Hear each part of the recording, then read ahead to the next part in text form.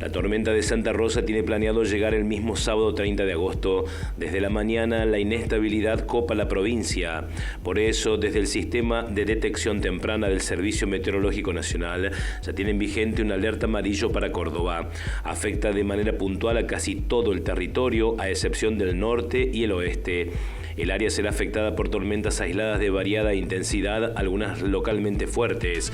Las mismas podrían estar acompañadas con abundante caída de agua en cortos periodos, actividad eléctrica, ráfagas y granizo ocasional. Se esperan valores de precipitación acumulada entre 40 y 70 milímetros, pudiendo ser superados de forma puntual, reza el informe oficial. Para el domingo persisten las lluvias, aunque con menor impacto. Eso sí, se hace presente el viento sur.